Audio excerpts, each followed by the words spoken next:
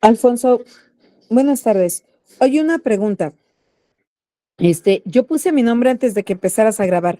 Lo vuelvo a poner porque ya no va a aparecer. Sí, por favor. Sip, sip. Buenas tardes a todos, a todas. Espero que se encuentren gozando de buena salud.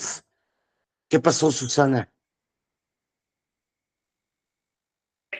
Hola, Hola. perdón, una preguntota. Es que me he estado poniendo a leer lo de los concilios y me surgió una duda. Eh, en las clases pasadas, bueno, nos diste todas las fechas de los concilios, por ejemplo, la del 400, la de el de Nicea, el de Efeso y todo eso. Ajá. Eso es de los primeros concilios que hubieron, porque nos diste la fecha que el primer concilio fue en 1860, ¿no? Fue el primer No, concilio. no. A ver, puse aquí que Vaticano, primero 1860, 1870. No sé, entonces es ahí donde ando Vaticano como primero. No, Vaticano primero. ajá. O sea, fue El, el el- concilio, el no. primer concilio que se celebró en el Ajá. Vaticano, pero no es el primer Ah, ok. concilio. Ok, ok. Ajá, es que es donde ahí me andaba confundida. Porque, por ejemplo, ayer nos mencionabas, por Espérame, ejemplo, con... aguántame tantito. Vamos a empezar la clase y te prometo que eres la primera en participar y en plantearme todo esto. ¿Vale? Ok. Sí. Sí, déjame empezar, déjame empezar. Ok, en el nombre del Padre, del Hijo y del Espíritu Santo. Amén. Acordémonos que estamos en la santa presencia de Dios. Adorémosle.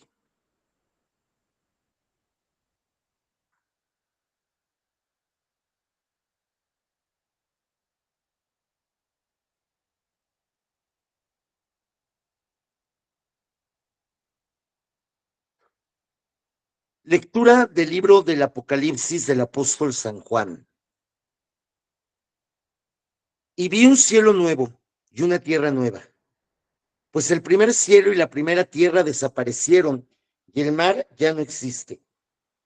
Vi la ciudad santa, la nueva Jerusalén, que descendía del cielo, de parte de Dios, preparada como una esposa que se ha adornado para su esposo. Y oí una gran voz desde el trono que decía: He aquí la morada de Dios entre los hombres, y morará entre ellos, y ellos serán su pueblo, y él, Dios con ellos, será su Dios. Y enjugará toda lágrima de sus ojos, y ya no habrá muerte, ni duelo, ni llanto, ni dolor, porque lo primero ha desaparecido. Y dijo el que está sentado en el trono: Mira, hago nuevas todas las cosas. Y dijo: Escribe, estas palabras son fieles y verdaderas. Y me dijo: Hecho está. Yo soy el alfa y la omega, el principio y el fin. Al que tenga sed, yo le daré de la fuente del agua de la vida gratuitamente. El vencedor heredará esto. Yo seré Dios para él y él será para mí hijo. Pero los cobardes, incrédulos, abominables, asesinos, impuros, hechiceros, idólatras y todos los mentirosos tendrán su parte en el lago que arde con fuego y azufre, que es la muerte segunda.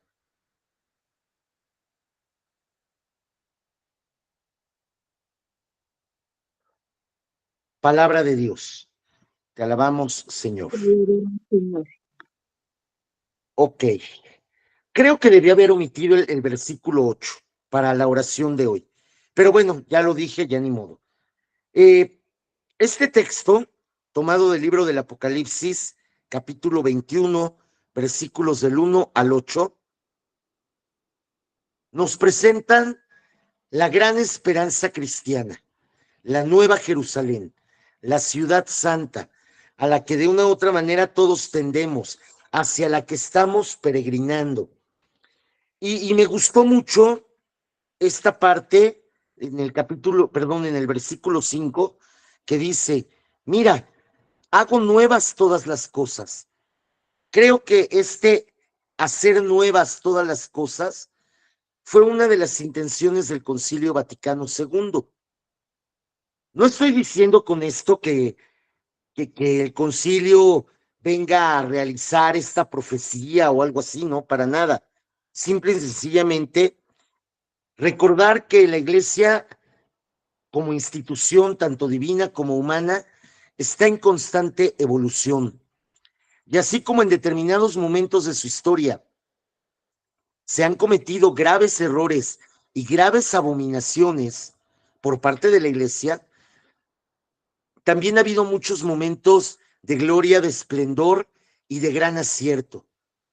Finalmente, esta historia, como vimos el año pasado, los que vimos historia de la Iglesia, finalmente todos estos acontecimientos, tanto los buenos como los malos, tanto los éxitos como los fracasos, tanto las incertidumbres como aquellos momentos en los que verdaderamente la Iglesia se enfrentó al mundo y salió vencedora, ratifican su carácter divino y ratifican de una u otra manera la presencia constante del Espíritu Santo sobre ella, de tal forma que se cumple en cierta manera lo que Jesús le dijo a Pedro, que las puertas del infierno no prevalecerán sobre ella. Pasaremos por muchas pruebas, pruebas exteriores y pruebas interiores.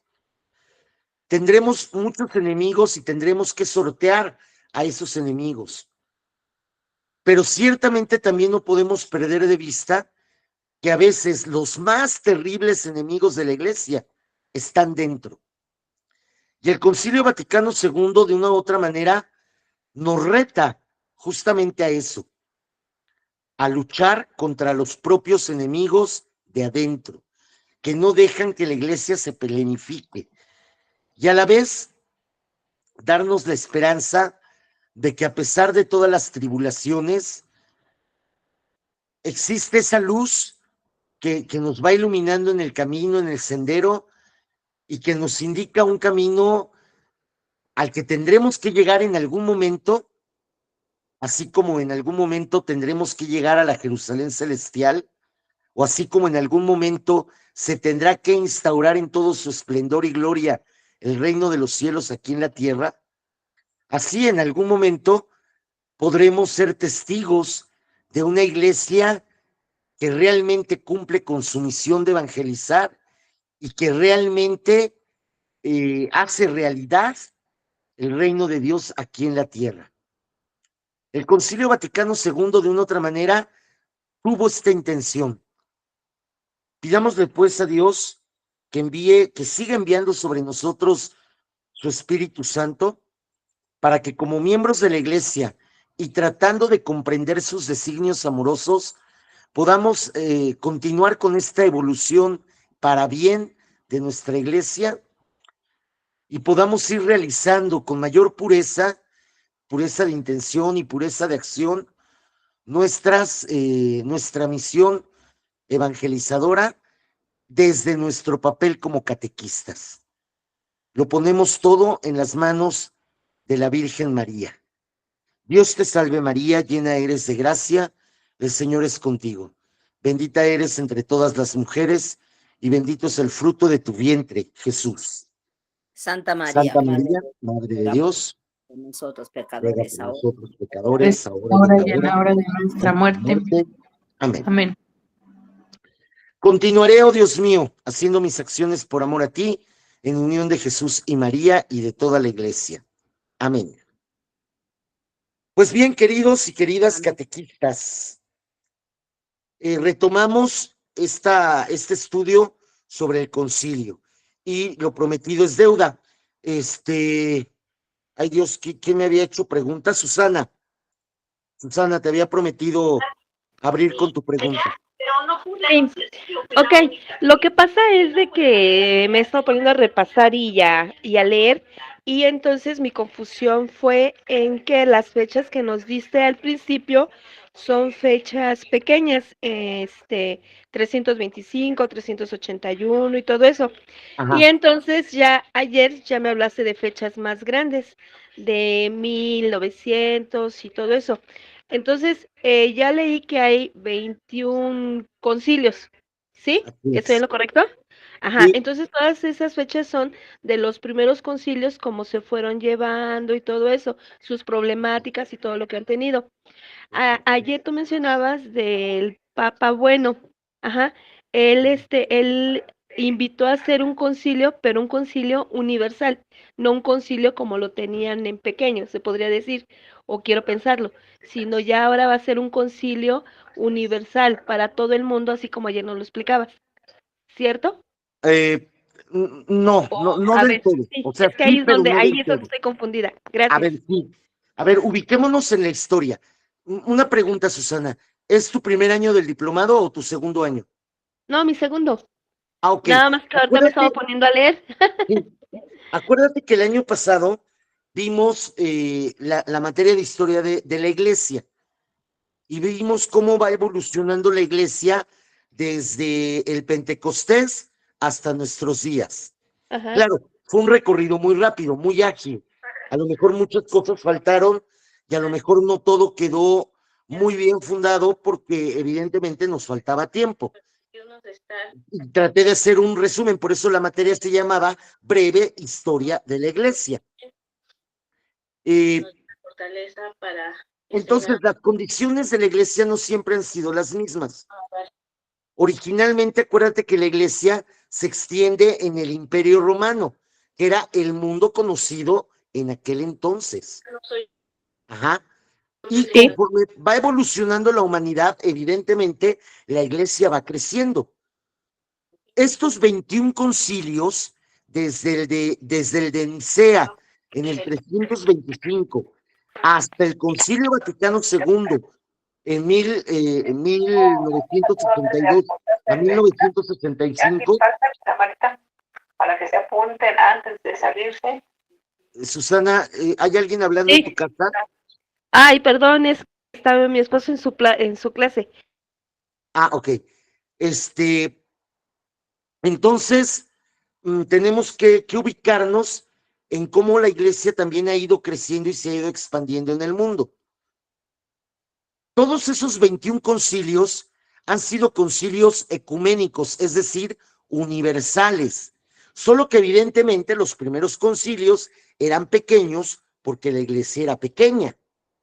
Todavía el concilio de Trento, el del Vaticano I, fueron relativamente pequeños porque aunque la iglesia ya estaba muy extendida, por las condiciones de la época, a lo mejor no todos los obispos podían trasladarse, como en aquellos tiempos, a una ciudad determinada.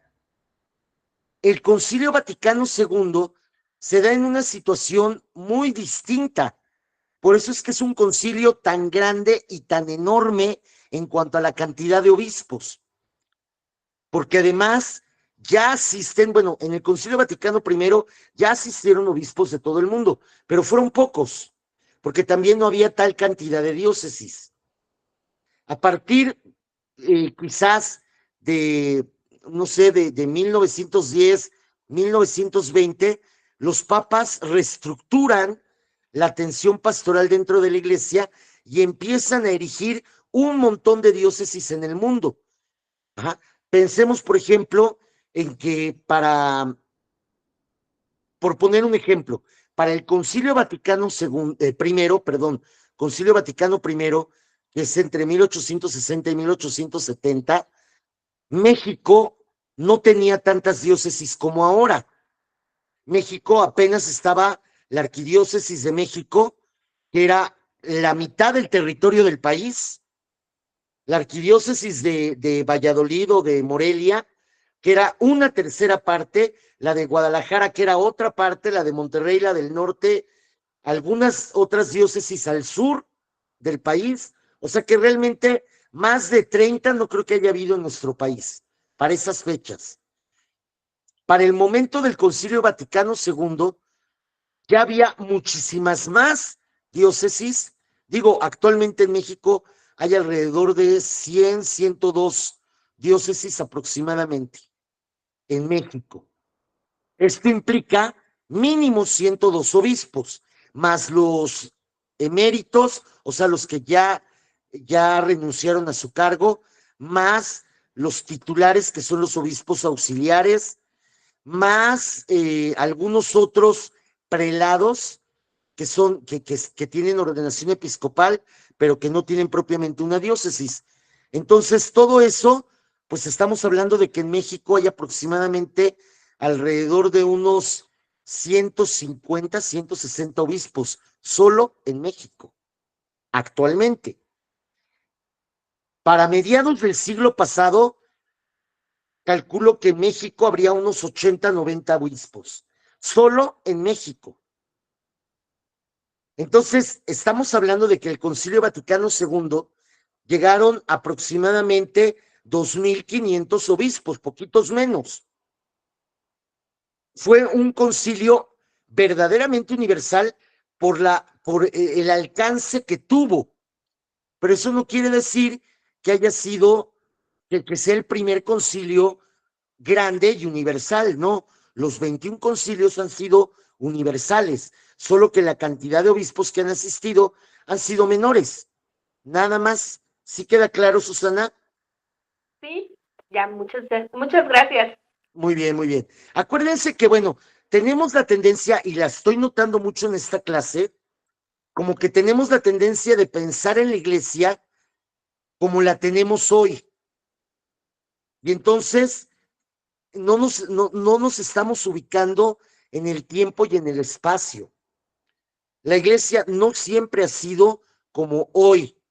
La iglesia de hoy es resultado justamente de este concilio Vaticano II. Pero en su evolución, la iglesia ha ido cambiando muchísimo. Lo que no cambia es la doctrina. La revelación se ha mantenido, pero la iglesia se ha ido cambiando en su organización, en sus estructuras, en sus alcances, en sus oportunidades. Ha ido cambiando mucho. Ahorita tenemos incluso, me atrevo a decir, que en lo que yo llevo viviendo conscientemente mi fe, digamos, de la iglesia que yo conocí cuando, no sé, en mis pininos como catequista, allá por los años 80, finales de los años 80 para acá, estamos hablando de más de 30 años, casi 40 años. Ay Dios, ya soy viejo. Ok,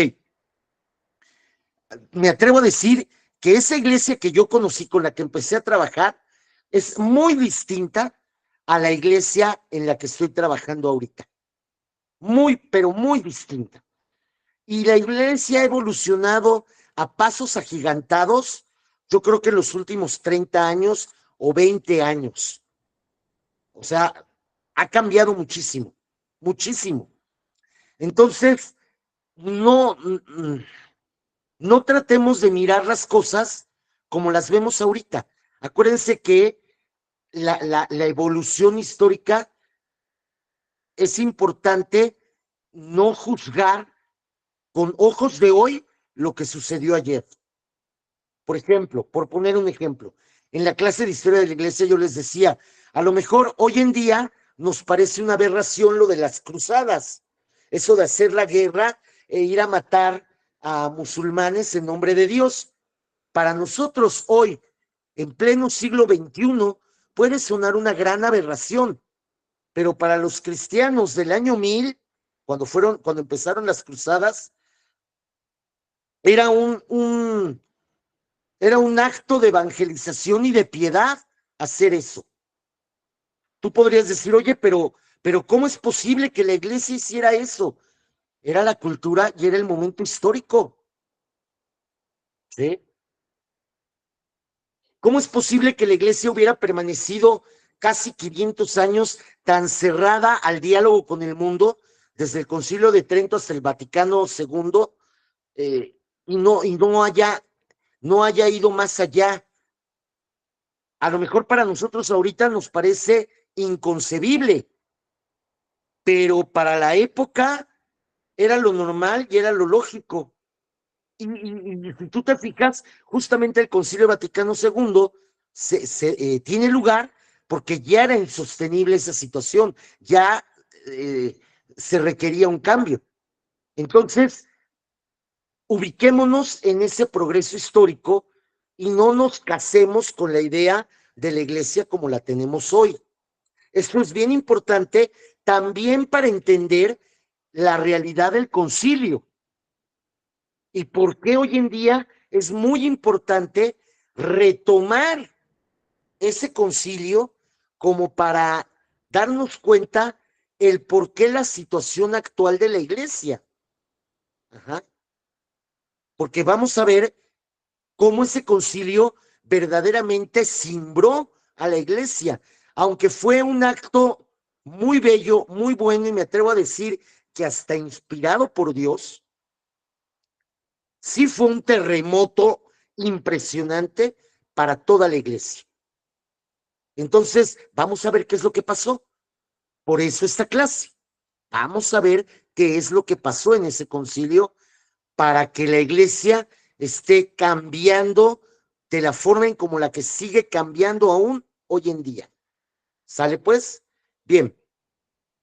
Entonces, en ese sentido, catequistas, quedé a deber todavía de la clase de ayer, ya lo agregué a las diapositivas de hoy, algunas cuestiones sobre la doctrina conciliar. Ayer les platiqué un poquito de la historia del concilio y quiero hacer como una especie de spoiler a lo que vamos a ver hoy, porque esta doctrina conciliar, vamos a decir, son los grandes temas resultado de ese concilio, del Concilio Vaticano II. Y vamos a ver, más o menos, al mirar esta doctrina, qué tanto hemos avanzado o qué tanto no.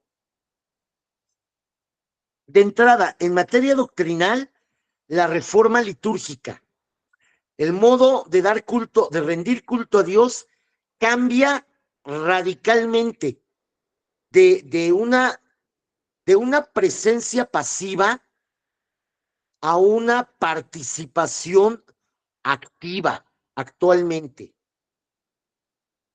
Y además, retomando y revalorando el papel que cada uno de los miembros de la iglesia tiene en la liturgia, que la liturgia no la hacen solamente los clérigos, sino también los laicos, y que además hay distintas funciones que se tienen que cumplir durante una celebración litúrgica.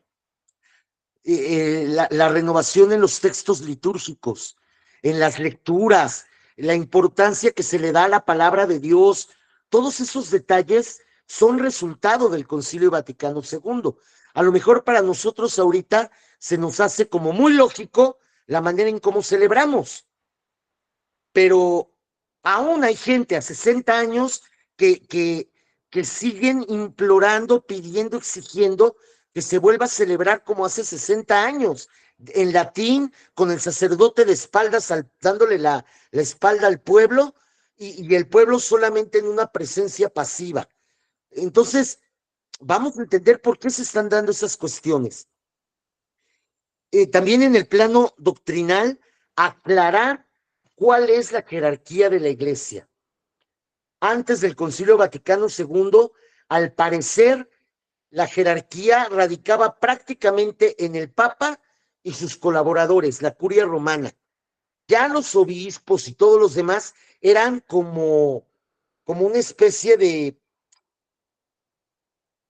terratenientes del Papa o empleados del Papa o representantes del Papa, y como que no se valoraba la función. Es más, el diaconado casi había desaparecido, prácticamente había desaparecido.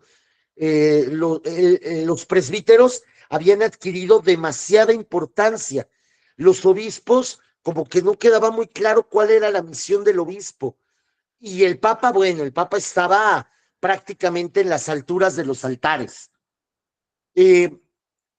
Con esta aclaración acerca de la jerarquía de la iglesia, pues vamos entendiendo que cada uno de nosotros tiene una misión y una función dentro de la iglesia, y que hablar de jerarquía, sí, hablamos de autoridad, desde luego, pero más que hablar de autoridad, hablamos de una jerarquía en el servicio. en el servicio. La revaloración de la Sagrada Escritura y la tradición viva de la Iglesia. Esto también fue un dato muy importante que sale de este concilio. Recuerden que durante mucho tiempo, al parecer, no es que estuviera prohibido, pero hombre, no se promocionaba la lectura de la Biblia. Incluso se recomendaba que no se leyera si no se tenía una guía segura, un acompañamiento para esa lectura. Incluso se decía, bueno, los laicos no tienen el conocimiento suficiente para leer las escrituras, entonces mejor que los curas le expliquen a la gente las escrituras. De ahí que mucho de lo que sabemos de Biblia, de manera tradicional, es como muy mítico, como muy mágico, como muy de cuentito, porque cuando te enfrentas realmente a las escrituras, wow, la visión de las Sagradas Escrituras cambia drásticamente, ¿sí? Entonces, sí, esta revaloración de la Sagrada Escritura y de devolverle su papel dentro de la vida de la Iglesia se vuelve algo fundamental. Ya lo vamos a ver un poquito más adelante. La doctrina pastoral, decíamos, fue un concilio más pastoral que doctrinal, porque realmente en cuanto a doctrina, pues no había mucho que hacer. Pero sí en cuanto a la puesta en práctica del trabajo de evangelización en la Iglesia. Uno, el diálogo con el mundo contemporáneo. Para empezar, tenemos que ponernos al corriente en lo que está viviendo la gente. Y tenemos que aprender a dar respuesta a lo que la gente está viviendo. Oye, pero es que no viene en la Biblia. No, pero la Biblia, las Sagradas Escrituras, y de ahí su importancia, nos da pautas y lineamientos para entablar ese diálogo con el mundo contemporáneo. Jesús habló a su mundo, a su tiempo, y él nos enseña cómo sin perder la pureza doctrinal, podemos entablar un diálogo con el mundo contemporáneo. Podemos entablar un diálogo con la ciencia, con la política, con la economía, con los sindicatos, con la pobreza. Podemos entablar un diálogo con los problemas reales a los que se enfrenta la gente. Una renovación y una vuelta a las fuentes de vida cristiana. A ver, dejémonos de tanta tradición que quién sabe de dónde salió y miremos nuevamente la sencillez con la que vivían los primeros cristianos. ¿Qué tan posible es que el mundo de hoy viva con esa sencillez su fe? Y esa es la intención del Concilio Vaticano.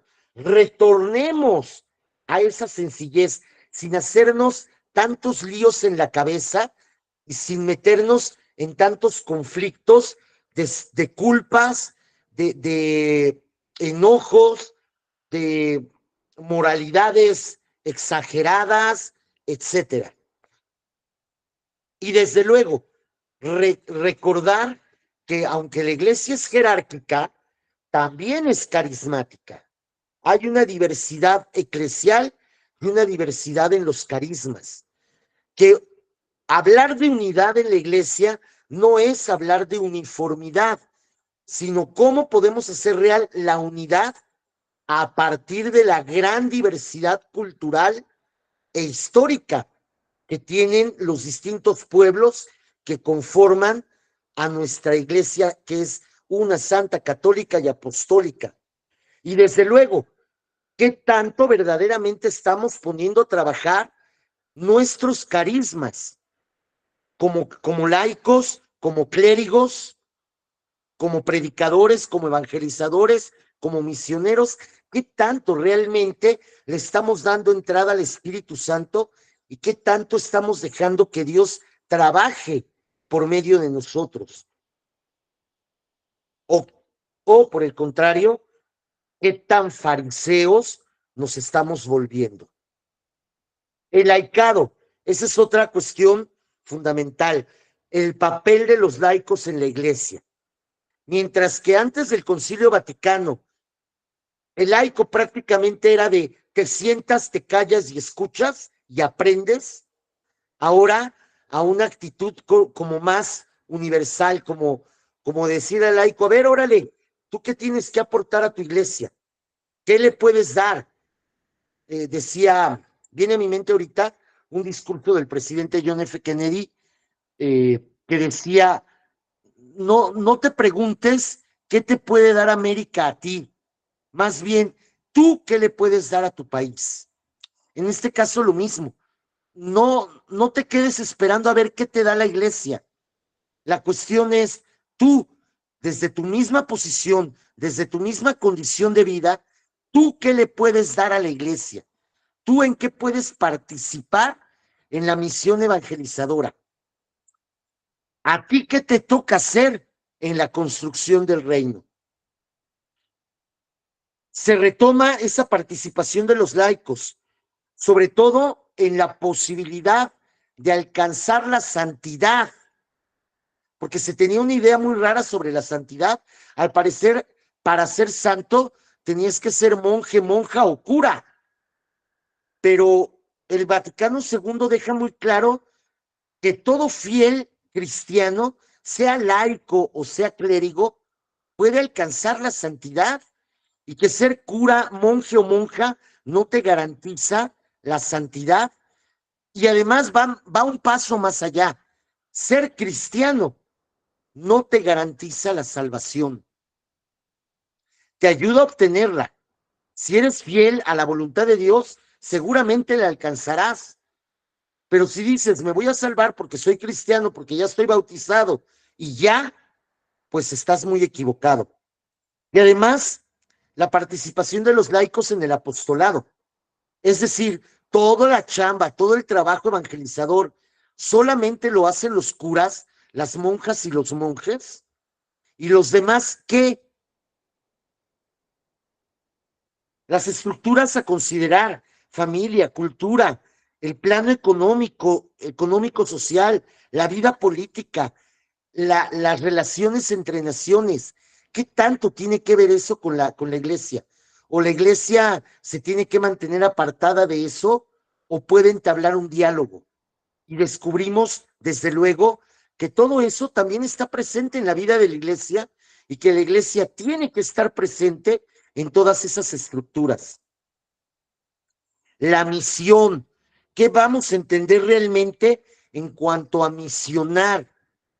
Y dentro de la misión, el respeto a las tradiciones y a las culturas locales. Y desde luego, el ecumenismo. ¿Qué es el ecumenismo? El trabajo que se está haciendo, no solamente por parte de la Iglesia Católica, sino de la Iglesia Cristiana en general. Y cuando digo Iglesia Cristiana, acuérdense que me refiero a católicos, protestantes, anglicanos, ortodoxos, a todos los que nos decimos cristianos. Estamos tratando de sanar la terrible herida de la división, del cisma. Y de ahí surgen cuestiones como la libertad religiosa, el restaurar la unidad de los cristianos e incluso las relaciones con las religiones no cristianas, es decir, establecer un diálogo interreligioso, tratando de encontrar lo bueno, lo valioso y lo santo que hay en otras creencias. Valorarlo, respetarlo y entrar en diálogo a partir sobre todo de lo que nos une, no de lo que nos separa. Por eso, toda esta doctrina conciliar sale de los documentos conciliares. Estos documentos surgen del debate. ¿Se acuerdan que yo les decía que en cada sesión había plenarias, había comisiones, había mucho debate y conforme se iba debatiendo también se iban redactando distintos documentos? Pues bien, de este concilio salen 4 constituciones, como la Dei Verbum, la Lumen Gentium, la Sacrosanctum Concilium y la Gaudium et Spes, que son las de las que vamos a platicar hoy. salen 3 declaraciones, Gravissimum Educationis sobre la educación cristiana, Nostretate sobre el diálogo interreligioso y Dignitatis Humanae sobre la dignidad del ser humano. Y 9 decretos, adyentes sobre la misión de la iglesia hacia los no creyentes. La Presbyterorum Ordinis sobre la naturaleza y función de el sacerdote en el grado de presbítero. La Apostólica Nactuositatem, o sea, la misión de los laicos en el mundo de hoy. La Optatam Totius, acerca de la formación de los sacerdotes en los seminarios. La Perfecta Caritatis, acerca de la vida religiosa y la vida consagrada. La Christus Dominus, acerca del papel de los obispos y su misión. La Unitatis Reintegratio, acerca justamente de la reunificación de todos los cristianos en el mundo. Orientalum Ecclesiarum, acerca de las iglesias católicas orientales. Y la Intermirífica, acerca de los medios de comunicación social y masivos dentro de la iglesia y cómo la iglesia puede hacer uso de ellos para propagar el evangelio. Todos estos documentos son documentos que de una u otra manera nos van a dar lineamientos, nos van a clarificar la doctrina de la iglesia y nos van a permitir realizar una serie de reformas, de cambios para optimizar, eficientar, hacer más real y ayudar más a la misión evangelizadora de la iglesia. Hasta aquí, dudas, preguntas, comentarios.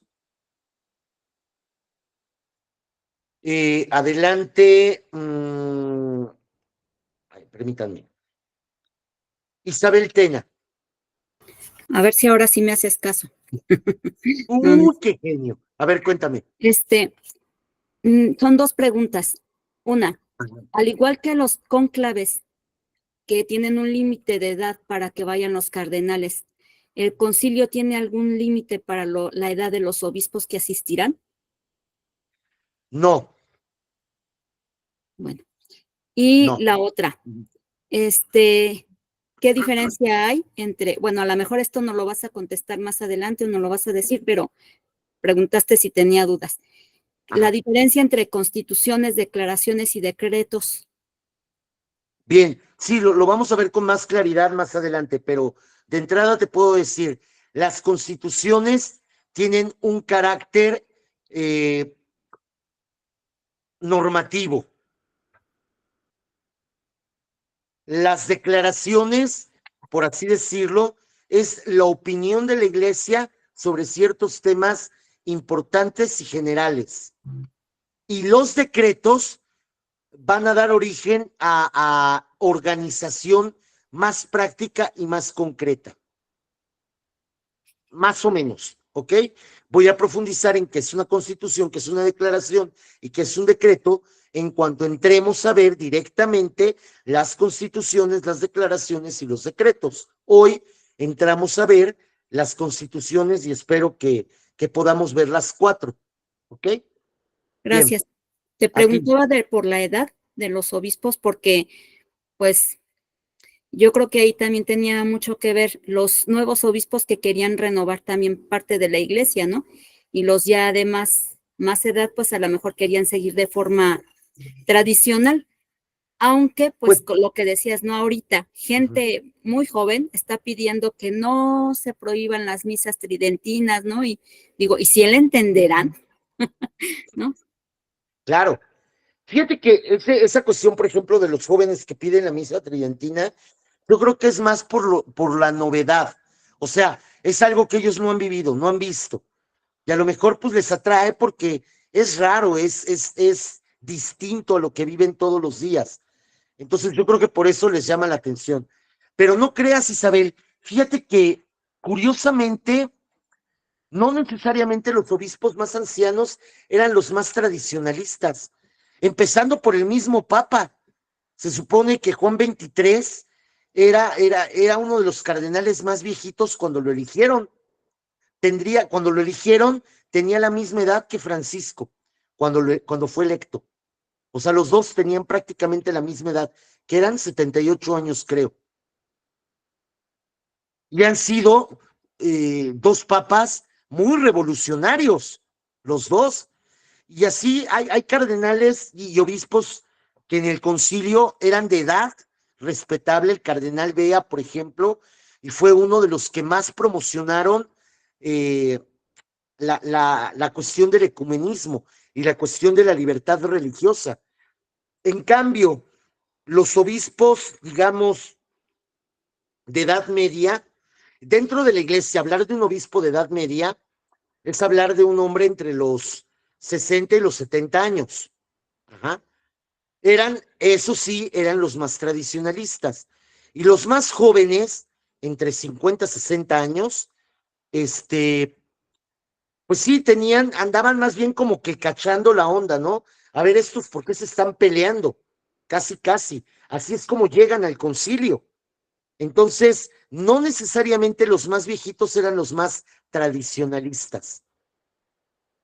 En realidad, los más tradicionalistas eran ¿cómo te diré? Pues sí, los curialistas, los que realmente manejaban las riendas de la vida cotidiana de la iglesia allí en Roma. Eran los que más se oponían a las reformas, porque significaba para ellos una pérdida de poder, en muchos casos, en la mayoría, más o menos. Gracias. Bien, ok. Había levantado la mano alguien más, pero ya la bajó. Y yo, pero la diferencia, Maribel, era la Maribel. diferencia de constituciones, lo mismo que preguntó ella, por eso ya la bajé. Ok, vale, gracias. Muy bien.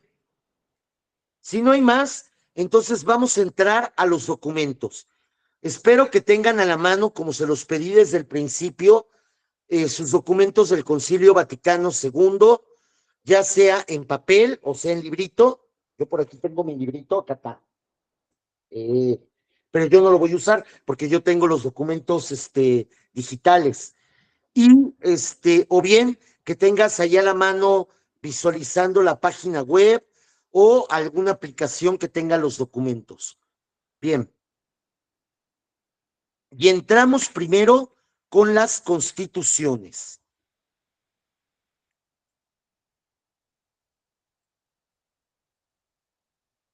Constitución es un documento que posee un valor teológico o doctrinal permanente. Es un documento que posee un valor teológico o doctrinal permanente. Es decir, la Constitución o las constituciones van a dar lineamientos claros, concretos y universales para comprender el camino de la iglesia. Ajá. Es decir, las constituciones van a poner los fundamentos de todo el trabajo de la iglesia a partir de ese concilio, incluyendo lo que se va a discutir también en el mismo concilio y lo que más adelante se va a normatizar o que va a generar una serie de cánones nuevos, leyes nuevas para la iglesia. Eso es una constitución. Y tenemos dos constituciones dogmáticas, una constitución pastoral y un documento que solamente se plantea como constitución, no pone si es dogmática o pastoral.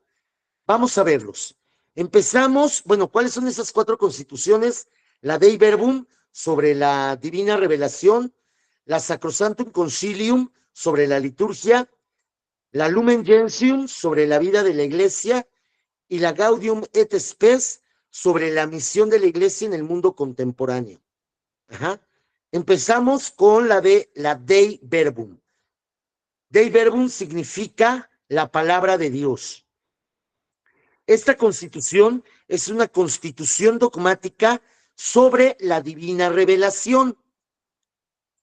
Hay muchas cosas que comentar acerca de esta Constitución.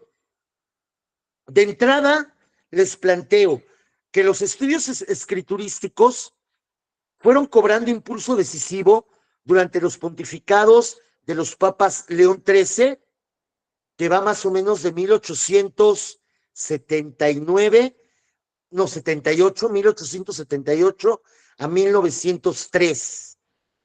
El Papa Pío X, que va de 1903 a 1911, si mal no recuerdo. Luego de Benedicto XV, que le sigue a Pío X.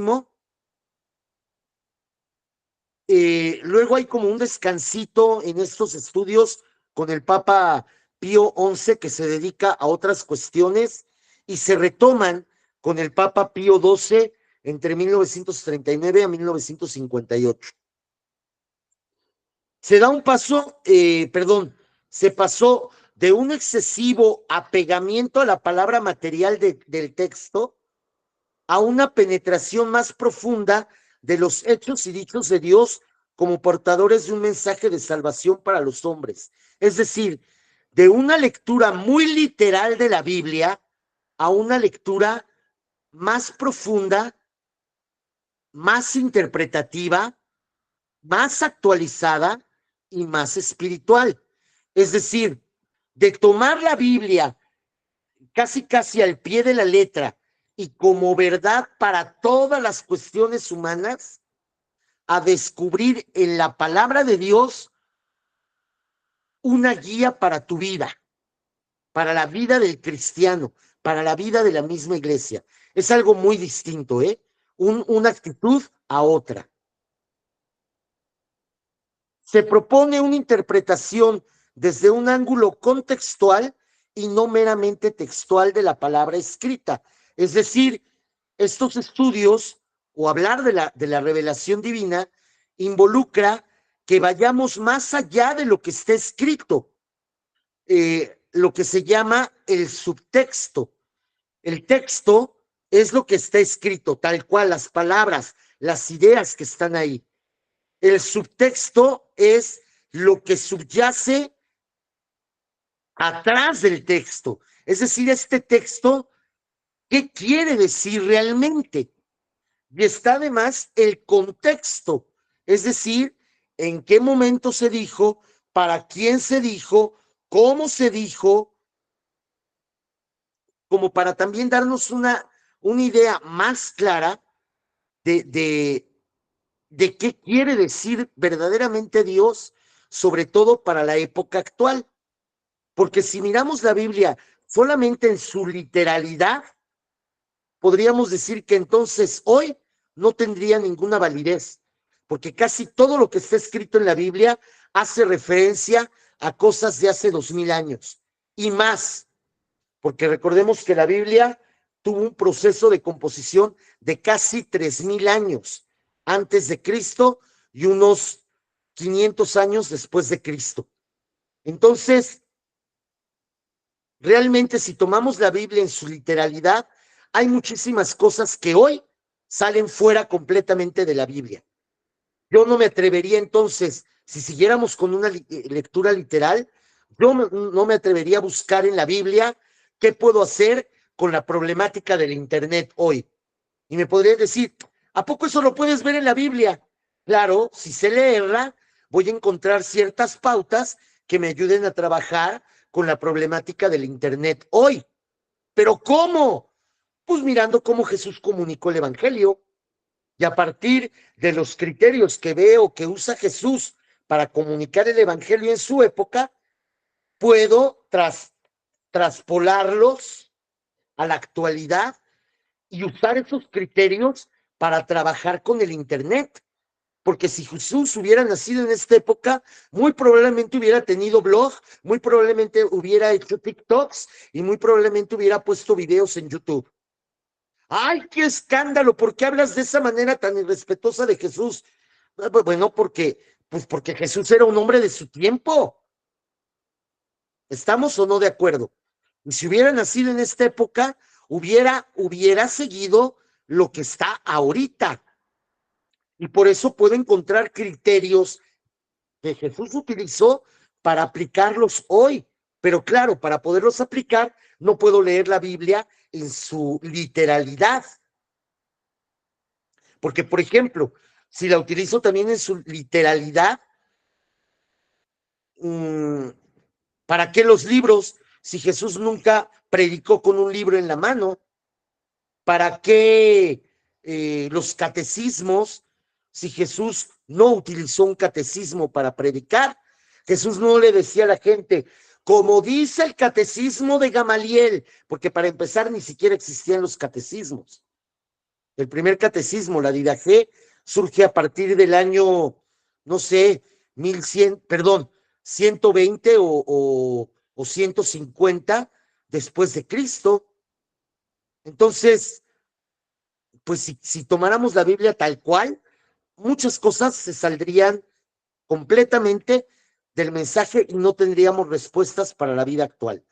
Por eso la Dei Verbum retoma la cuestión de la revelación. La revelación es estática y ya se cerró completamente o es viva, actual.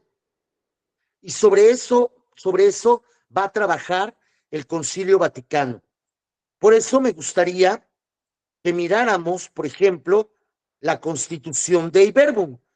A ver, se las voy a compartir tantito, lo que yo tengo en pantalla. Denme un segundo. Quito esto y pongo otra cosa.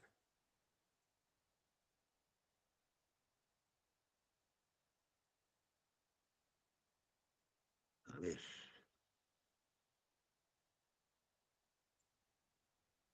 Sí. De entrada, ¿de qué habla esta Constitución? ¿Qué es la revelación en sí misma? Para empezar, va a definir, va a describir, más que definir, describir qué es la revelación y qué función tiene la revelación hoy en día. ¿Para qué sirve? En un segundo capítulo nos va a hablar de cómo se transmite la revelación divina, tanto históricamente hablando en un principio cómo Dios nos habla y en un segundo término cómo nosotros podemos comunicar esa revelación divina. En un tercer capítulo va a referirse acerca de la inspiración divina, concretamente en la Sagrada Escritura, porque un argumento que se puede tener hoy, y lo vemos mucho en los documentos, perdón, en los documentales en la televisión, es que se cuestiona mucho acerca de quién escribió la Biblia, ¿no? Y se habla mucho de esa parte humana. Es que fueron hombres quien la escribió y esos hombres escribieron de acuerdo a lo que les convenía. No, ellos escribieron por inspiración del Espíritu Santo de acuerdo a lo que Dios necesitaba, quería que nosotros conociéramos de él. Es muy distinto. Entonces, ¿en qué consiste la inspiración divina en la Sagrada Escritura? Y cómo esa inspiración divina sigue actuando en medio de nosotros cuando tratamos de interpretar. Habla de los diversos tipos de interpretación que hay, especialmente la interpretación universal y la interpretación particular. Posteriormente nos va a hablar acerca del Antiguo Testamento y el valor que el Antiguo Testamento tiene para la iglesia hoy.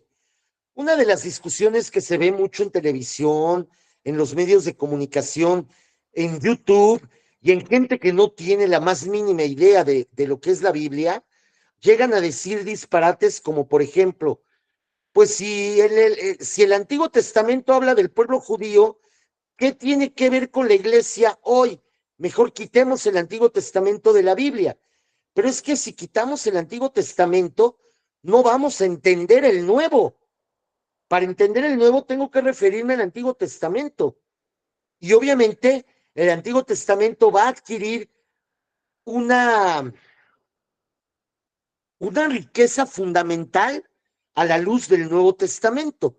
De hecho, el Antiguo Testamento se tiene que leer a la luz del Nuevo Testamento, porque si tomo el Antiguo Testamento así solito, me voy a estar dando de topes. El otro día me decía una profesora la que está dando historia de la salvación, me decía, es que Poncho, estaba preparando mi clase y me topé con un texto que hacía mucho que no leía acerca de que está en el libro de Jueces. Y es un texto tremendo porque habla de una masacre que se realiza por un hombre de Dios. Y decía, es que me quedé, pues fría, ¿no? Y le digo, pues sí, claro, o sea, si agarramos el Antiguo Testamento sin el contexto del Nuevo, muchas cosas del Antiguo Testamento nos van a parecer aberrantes, nos van a parecer terribles. O sea, el Dios del Antiguo Testamento o el Dios que se presenta en el Antiguo Testamento es un Dios terriblemente celoso, vengativo, castigador, y difieren mucho del Dios de amor y de misericordia que nos presenta Cristo.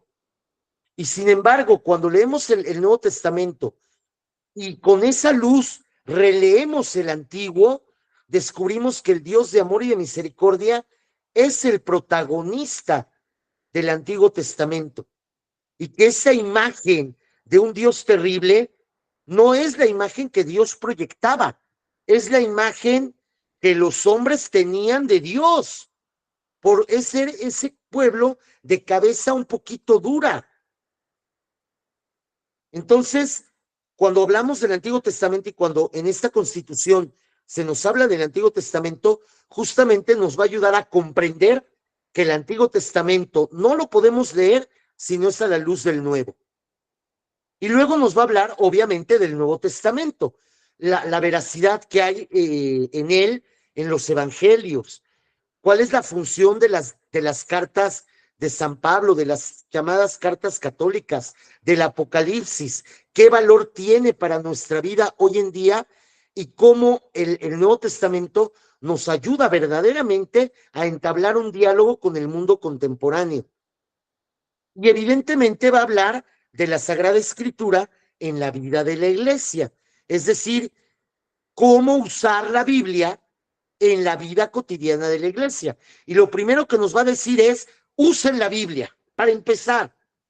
Aprendamos a leerla, a conocerla, a amarla, a disfrutarla, a estudiarla, a asimilarla y sobre todo, a aplicarla. Porque de otra manera, pues no tendría caso. Así la Biblia sería un libro muerto. Y hablando de libros muertos, creo que ya les he comentado a ustedes, y si no a algunos de ustedes, mi primera clase de Biblia en el seminario fue traumante, porque llega mi primer profesor de Biblia, don Genaro Aviña, que en paz descanse, una eminencia en estudios bíblicos, nos daba clases en el seminario de Tlalnepantla, pero el señor era tan buen biblista que en los veranos se iba a dar clase a las grandes universidades de Alemania y se lo rifaban estas universidades, ¿eh? Ganaba lo que se le pegaba la gana porque se daba el lujo de decir, ahora voy a tal universidad. No, este año no voy, aguántenme, si quieren voy el año próximo. O sea, era un hombre así que se daba ese lujo, ¿no? Ese profesor, además, muy alto, muy gordo, llega, se aplasta en su silla, saca su Biblia y saca otra Biblia un poquito más viejita. Y agarra y nos dice, oigan, seminaristas, me acuerdo que nos dice, santos y puros seminaristas, díganme, ¿qué libro es este? Y pues todos contestamos, pues la Biblia. Qué bien. Oigan, ¿y la Biblia es sagrada? Y todos, claro, la Biblia es sacratísima, es la palabra de Dios. Y agarra y dice, pues miren qué hago con su Biblia sagrada. ¡Púmbale! La lanza por la ventana del salón. Y ahí va a parar la Biblia, se va deshojando, ¿sí? Y fue a parar a uno de los jardines. Y obviamente muchos seminaristas, entre ellos su profesor, o sea yo, escandalizados. Madre mía, ¿qué hizo? Y de repente ya dice, bueno, a ver, no se escandalicen viejitas de pueblo. Así nos dijo, En el seminario este cura era un poquito irreverente. No es que les faltara el respeto a las santas damas de las parroquias. Más bien a nosotros nos decía, no sean escandalizados. La Biblia, si no la vivimos, si no la usamos, si no le damos el peso que debe tener en nuestra vida, es un libro más y es letra muerta. Punto. No tiene mayor relevancia. ¿Dónde adquiere su relevancia? Uno, en que si es palabra de Dios, de acuerdo, pero de nada sirve que tengas la Biblia guardada en un anaquel. De nada sirve que la leas y no la entiendas. De nada sirve que la leas, la entiendas, pero no la apliques. De nada sirve que la tengas y no la promuevas. O que la desdeñes y te dediques a platicar historietitas bíblicas, como antes se hacía, y no comentes el hecho real, el acontecimiento verdadero. ¿Qué caso tiene que leas la Biblia de corrido si la estás tomando con su total literalidad y no te detienes a echarte un clavado en la profundidad de su mensaje? De eso se trata esta Constitución. No es muy grande, no es un libro muy grande, o sea, no crean que si les pongo a leer la Constitución, no se me escandalicen, no es una cuestión imposible, porque en realidad es pequeña. Digo, pareciera que es muy larga por la cantidad de capítulos y de títulos, subtítulos que tiene, pero en realidad es un texto que si tú te sientas a leerlo ahorita a las 7 de la noche, ya lo terminaste de leer alrededor de las 8:30, más o menos. Es breve, no es muy grande. Y como vemos, nos va a dar una idea muy interesante acerca de el acercamiento que tenemos que tener como católicos, como cristianos, con respecto de la Sagrada Escritura y de la revelación. Las grandes conclusiones de este texto son: uno, devolverle la importancia y la dignidad que tiene la tradición apostólica en la Iglesia. Como que la tradición apostólica se había hecho a un lado, como que tratando de defendernos de los protestantes y tomando la Biblia con total literalidad, como que nos enfocamos demasiado en lo que dice la Biblia y se nos olvidó la parte magisterial, la parte de esa tradición siempre viva de la revelación y su actualidad.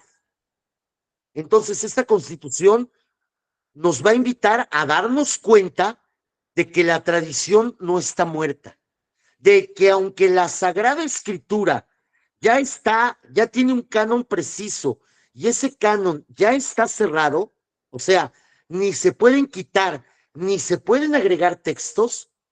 Sin embargo, eso no hace que ya no sea actual. Al contrario, tenemos que, con la ayuda del magisterio de la Iglesia, con ayuda de la inspiración del Espíritu Santo y con ayuda de la misma tradición viva de la Iglesia, tenemos que encontrar su actualidad. Y para poderla descubrir, necesito penetrar en la profundidad de su mensaje. Otra conclusión: lee la Biblia. Lee la Biblia. Que no te la platiquen. Lee la Biblia. Y es lo mismo que yo les voy a decir: lee estos documentos. No te quedes solamente con lo que yo te platico. Yo ahorita te estoy haciendo una reseña como para que tú te des cuenta que hay una gran riqueza, pero es una gran riqueza que tú tienes que descubrir y que es fundamental que no te quedes con lo que oíste, sino que puedas dar testimonio de algo que tú también estás leyendo. Adelante, Norma. Sí, a lo mejor ahorita con lo que dices, bueno, yo lo constaté cuando me invitaste a dar cuidado de la casa común, y era algo que yo les decía a las catequistas.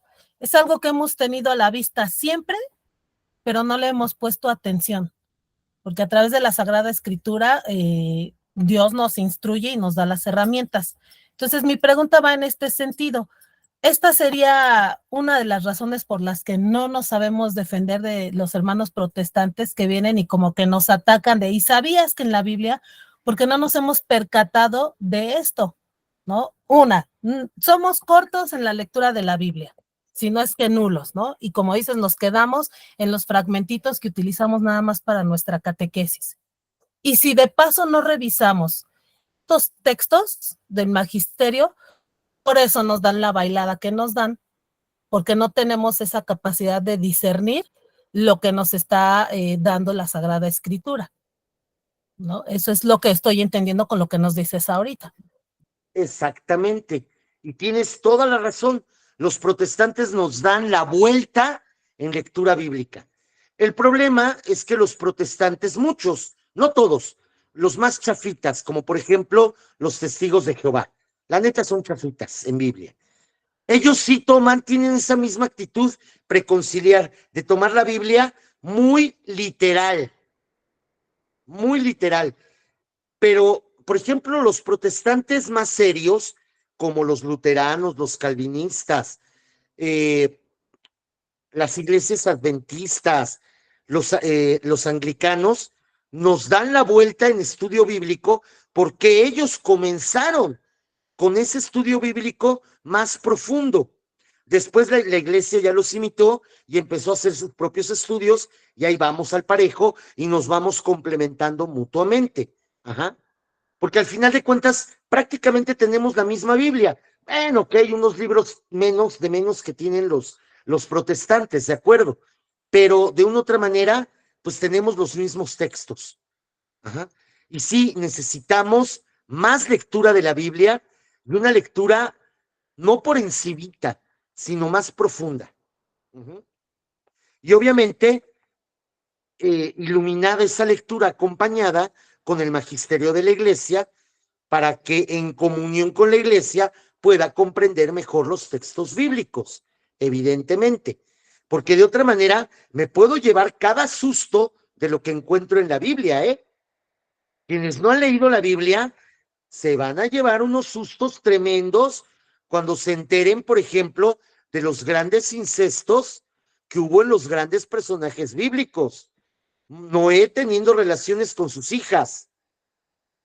¿Cómo crees? ¿Está en la Biblia? ¿Sabías que hay un libro en la Biblia que no menciona a Dios para nada? Y sin embargo, profundizando en el mensaje, habla solo de Dios, aunque no menciona la palabra Dios, el Cantar de Cantares, que es además un libro dedicado al amor. Nos atrevemos a decir, bueno, jugando un poquito, extendiendo demasiado el mensaje, a veces bromeando, nos atrevemos a decir que es un libro muy pornográfico, porque narra la relación de un esposo con la esposa y de la esposa con el esposo.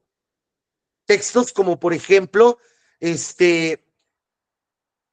bueno, no, mejor léanlos, porque si yo se los digo, se van a escandalizar y me van a ir a acusar con el Papa. Mejor léanlo, véanlo ustedes. Andrés de Tecámac. Andresito, ¿qué quieres decir? Prende tu micrófono, Andrés. Ahí está. Sí, ¿no? Ahí está, bueno. Ok.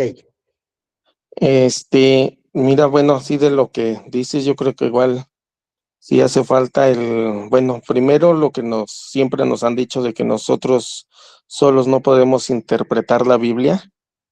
Uh-huh. Y tenemos nosotros que tener bien como que abiertas las entendederas para entender el mensaje que nos da.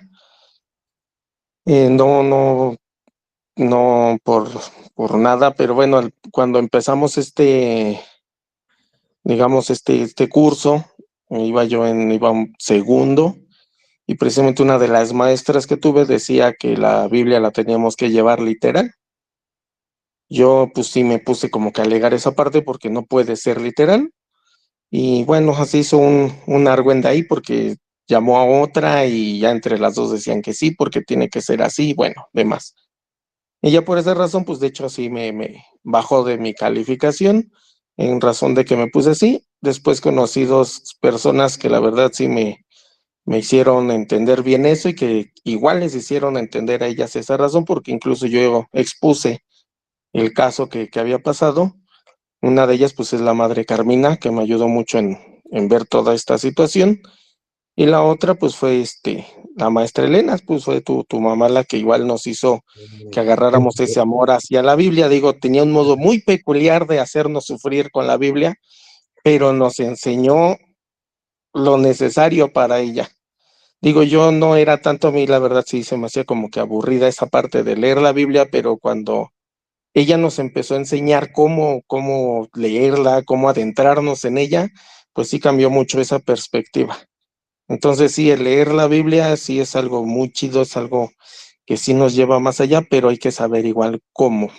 Si no, por eso seguimos teniendo personas que dicen que Dios castiga, un Dios Sí, que nos pone a prueba, sí. un Dios que es lo más terrible, incluso cuando hacen esos comentarios, a veces por eso la gente igual yo he visto que no leen la Biblia, porque les da miedo. Entonces yo creo que Así sí es. nos falta un poquito en adentrarnos más en eso, pero también saber interpretar, como decías tú, ese Dios castigador que se veía en el Antiguo Testamento, ahora ver esa misericordia de él que buscó desde antes en el Nuevo. Así es. Y yo creo que aquí una clave fundamental, Andrés y catequistas, es que aprendamos a manejar la Biblia en la clase de catecismo, que no le tengamos miedo a dar catequesis con la Biblia en mano. Miren, en mi experiencia personal creo que es la mejor manera realmente de dar catequesis. En el colegio donde yo estudié, colegio católico, nuestras catequistas daban la clase de catecismo con la Biblia en mano y todos los alumnos teníamos que tener nuestra Biblia y, y, y nos invitaban a subrayarla, nos invitaban a hacer marcas, eh, o sea, nos invitaban a vivir realmente con la Biblia en la mano. Y eso yo lo agradezco infinitamente porque cuando llegué al seminario y nos ponían a leer la Biblia, porque en el seminario, en las clases bíblicas, cada semestre llevábamos alguna materia bíblica, pues teníamos que estar leyendo los libros de la Biblia, yo creo que fácil unas 4, 5, 6 veces. Yo creo que a lo largo del seminario, digo, no es presunción, es, es porque la Biblia es tan fundamental que la tienes que leer y releer y volver a leer y volver a tomar y no dejar a un lado. No sé si ustedes se han fijado, pero yo tengo la costumbre de empezar mis clases con una lectura bíblica y de buscar cómo esa lectura engarza con el contenido de la materia, con el contenido del día. Justamente por eso, aprender a usar la Biblia en nuestra catequesis es fundamental y atreverme a dar catequesis con la Biblia en la mano. Más que con, más que con un catecismo, digo, el catecismo es fundamental, desde luego, pero, pero la Biblia en mano. Tenemos que hacer de la Biblia nuevamente el libro del cristiano. Gracias. Gracias, Andrés. Gracias, Norma. Cristina Cárdenas. Buenas tardes. Buenas tardes. Sí, yo también con esto que acaba de decir del estudio de la Biblia, me queda bien presente de que los testigos de Jehová, sobre todo ellos, se leen un pedacito, un párrafo de la Biblia y vienen y dicen, con lo primero que vienen y dicen, porque la leen literalmente, no el significado que dice. Aquí en la Biblia, y hasta dice en el capítulo, el versículo y la cita bíblica, ¿no? Dice que Jesús tuvo más hermanos. Y entonces no que fue hijo único, y entonces no que la Virgen fue virgen, ¿cómo va a ser virgen si tuvo más hermanos, tuvo más hijos ella, ¿no? Entonces, si uno no está preparado para poderle responder, uno se cree porque dice uno, sí, así lo dice, pero es que ellos lo quieren entender así literalmente. Y yo también me quedó mucho la enseñanza exactamente de lo que decía ahorita Andrés, exactamente cuando la maestra María Elena nos dio el estudio de la Biblia bien minucioso y que era un poquito tedioso y cansado porque decía cómo y para qué, y decía, y no se puede leer e interpretar así como tal, literalmente, se tiene que interpretar y hay que aprenderla a estudiar y leer, ¿no? Entonces, como recuerdo, fue de los primeros cursos que tomamos, creo, en primer año, primero, segundo, yo creo que era en primero, y fueron como 3 cursos que revisamos la Biblia con otro libro en donde nos explicaba bien detalladamente cómo poderla entender y que era muy importante para nosotros como catequistas entender y saber leer la Biblia, y porque además de ahí pues partimos para poder realizar los encuentros que hacemos con los niños o con los jóvenes, ¿no? Y de hecho así están estructurados los encuentros, ¿no? Empiezan con una oración o empiezan con una cita bíblica y de ahí parte el tema que se va a tratar, ¿no? Entonces, lo importante que ella decía, hay que leerla, hay que entenderla y hay que leerla diario, decía, ¿no? Diario, ¿no? Y es algo que a lo mejor no hacemos. Tenemos la Biblia, pero a lo mejor no la leemos, ¿no? Y en el entendido de que pues hay diferentes tipos de Biblia y que cada una, pues entender que es de diferente, ¿qué podríamos decir? Empresa, ¿no? ¿Cómo se puede? Imprenta, y que no es, que a lo mejor no dice exactamente lo mismo, pero de entender lo mismo. Entonces, ahí es lo importante, ¿no? Entonces, y sí, hay textos que luego no leemos o que se nos olvida y que cuando lo leemos están un poquito fuertes, ¿no? Decimos, a ver, ¿cómo? ¿O qué quiere decir?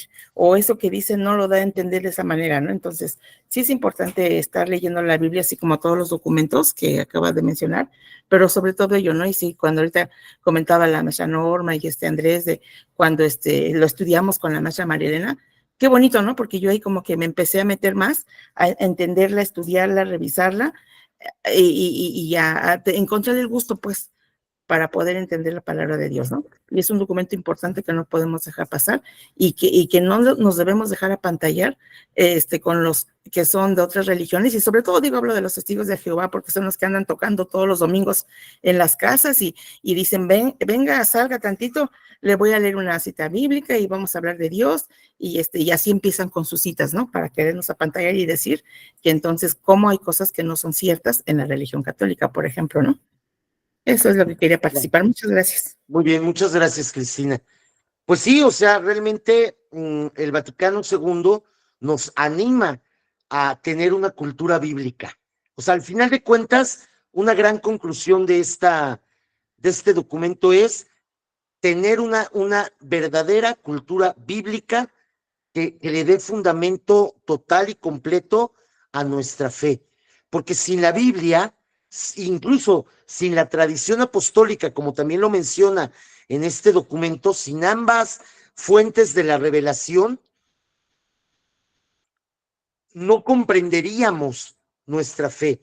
Y de hecho, muchos cristianos católicos viven constantemente perplejos porque no tienen una cultura bíblica y porque no se dan cuenta que lo que nosotros vivimos no es otra cosa sino la palabra de Dios hecha vida. Y cuando digo palabra de Dios, me refiero a la tradición apostólica y me refiero a las sagradas escrituras. Y bueno, ya que mencionaron a mi mamá y que estoy a punto de ponerme a chillar, oigan, Cates, no saben lo que me ha costado encontrar un buen profesor de Biblia para este curso, o sea, para estos cursos de verano. Por favor, catequistas, ustedes que están en el diplomado de formadores de catequistas, necesito a alguien que dé Biblia, pero bien, porque no he encontrado cómo sufro los últimos 3 años, híjole, se nos fue la luz.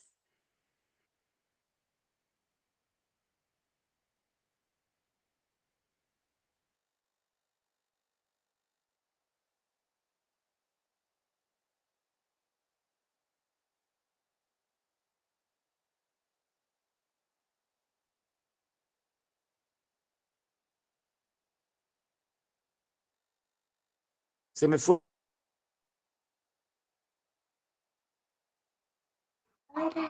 Nada más se le fue la luz al profe.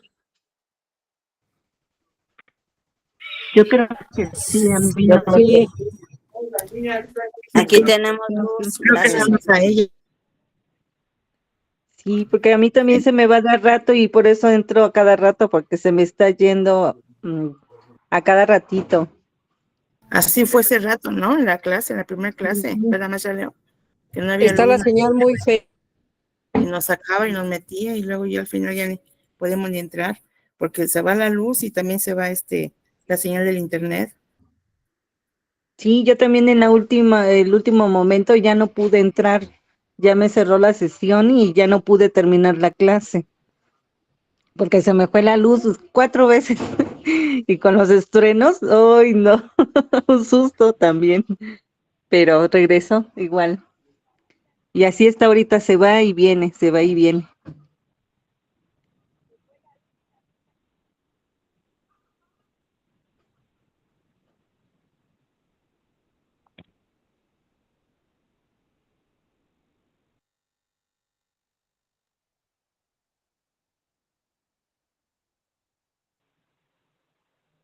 Sí, sí se fue la luz, chicas. Ando con mi lamparita, mire.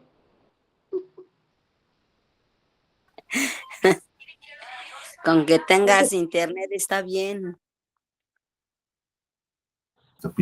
Pero si no hay luz, los que están con datos tienen poquito internet y los que no Sí. tienen luz por los servidores no hay. Entonces, pues eres vecina, ¿verdad, Pili? Por allá con Alfonso. Sí, es cierto. Y aquí también se está yendo la señal a cada rato.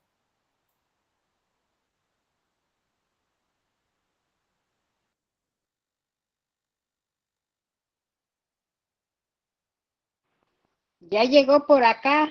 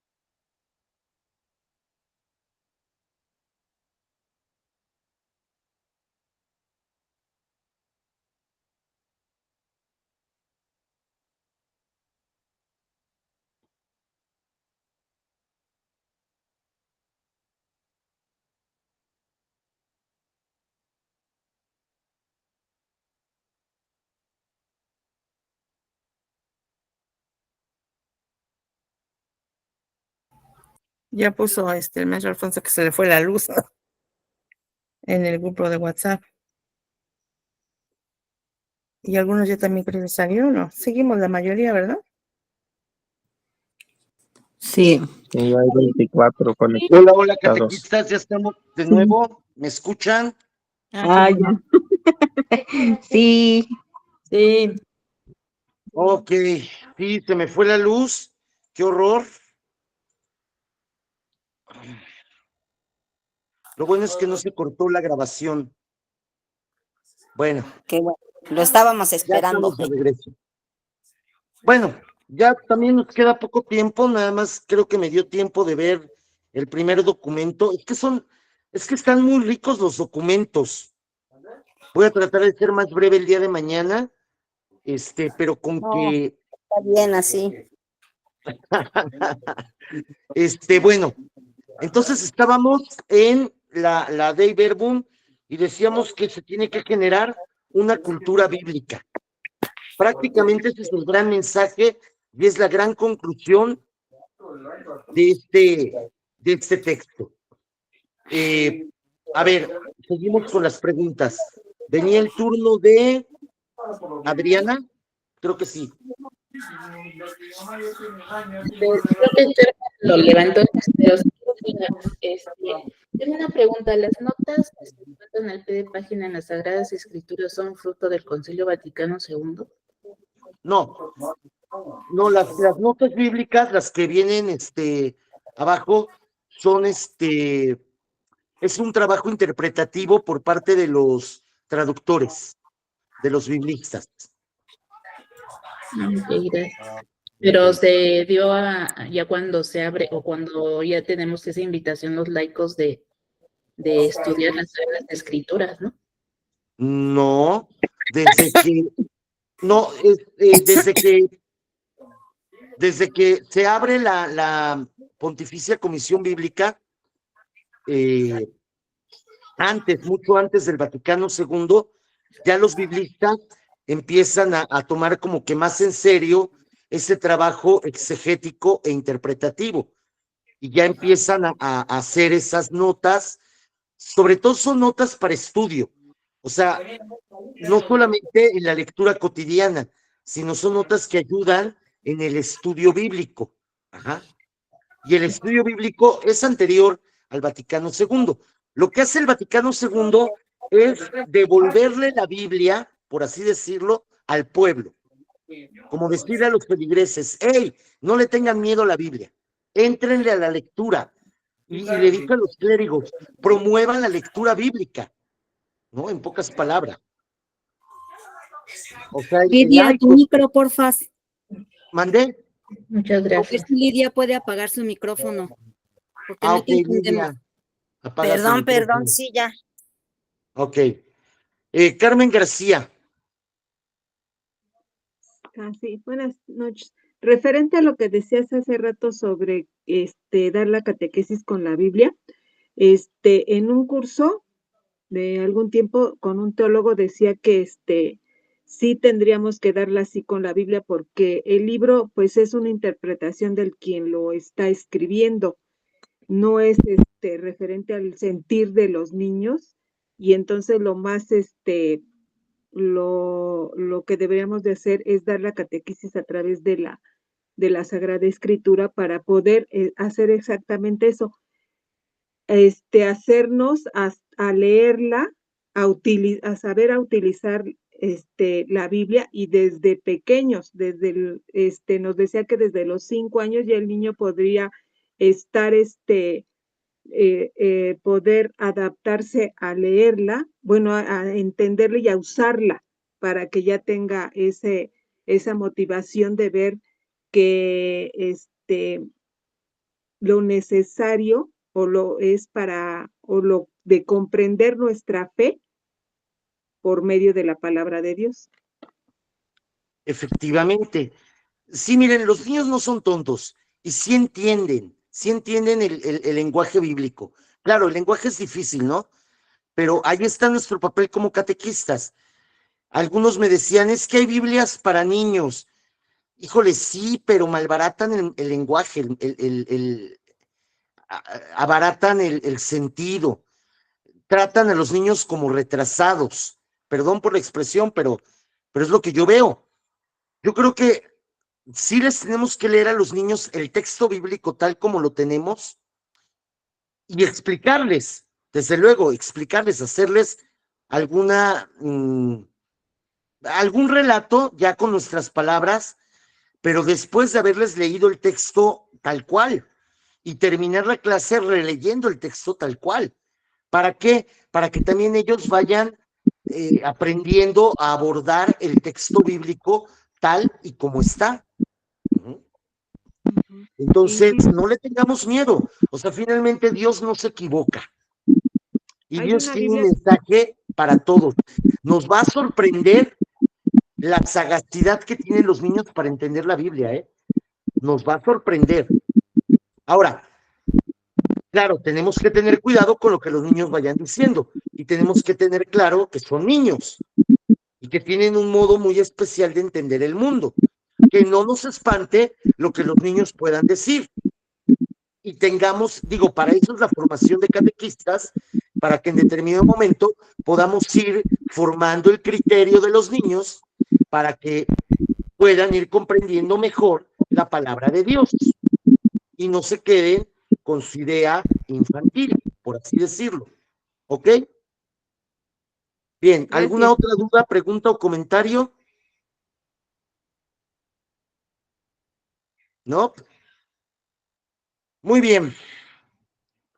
Viendo la hora, yo creo que aquí le paro, porque si me meto al otro documento, me voy a quedar mucho y no me gustaría que los documentos quedaran cortados.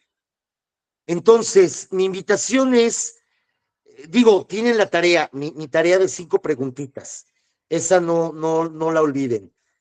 Pero mi recomendación es, échenle una lecturita a este documento de la Dei Verbum. Insisto, no es muy grande. E igual, a lo mejor entre hoy y mañana no hagas una lectura completa o una lectura muy detenida, pero date la oportunidad de leer, no sé, 1 o 2 capítulos, por lo menos, para que te des una idea del documento. El lenguaje de los documentos del Vaticano II, evidentemente, es un lenguaje muy magisterial, pero por lo mismo, porque es un lenguaje magisterial, es también un lenguaje muy didáctico, sencillo de entender. Lo que pasa es que luego le tenemos miedo a las palabras. Entonces, gracias a la tecnología actual, pon tu celular a un lado, agarra la lectura y si de repente una palabra no la captas, San Google te salva. Pregúntale a Google, pregúntale a la AI, ahorita que está muy de moda. Es más, WhatsApp ya tiene un chat inteligente. Te aparece ahí con unas pelotitas de colores, un circulito de colores. Si le picas ahí, te va a abrir un chat de inteligencia artificial. Pruébalo. Si no le entiendes a una palabra o una frase, pregúntasela al chat. Digo, a lo mejor no te da exactamente el contexto de la palabra en cuanto a la lectura del documento, pero por lo menos te dará una idea de más o menos qué quiere decir la palabra. ¿Ok? Entonces échenle un ojo, no le tengan miedo y de esta manera pues podemos tener un acercamiento más pleno a los documentos del Concilio Vaticano II. Son riquísimos, son maravillosos, nos puede llevar mucho tiempo el estudio y yo estoy tratando dentro de lo posible de, de resumir, de reseñar estos documentos para que tengas una visión general, una idea de qué trata y ojalá te dé un poquito de hambre de entrarle, de decir, bueno, a ver, esto que dijo Poncho, ¿qué tan real es? A ver, déjame ver en el texto, para que se den cuenta, ¿no? Incluso aprovechando un poquito el tiempo para no entrar al siguiente documento, ¿qué les parece si hacemos lectura, no más de un punto o 2 puntos, para discutir tantito, hasta donde lleguemos? Les comparto de nuevo el documento y nos vamos sobre él.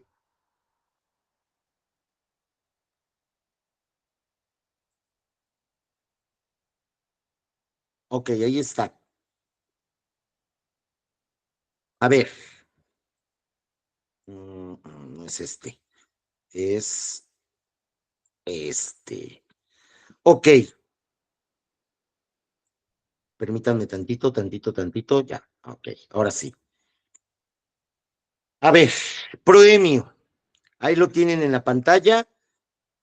El Santo Concilio, escuchando religiosamente la palabra de Dios y proclamándola confiadamente, hace suya la frase de San Juan cuando dice: les anunciamos la vida eterna, que estaba en el Padre y se nos manifestó.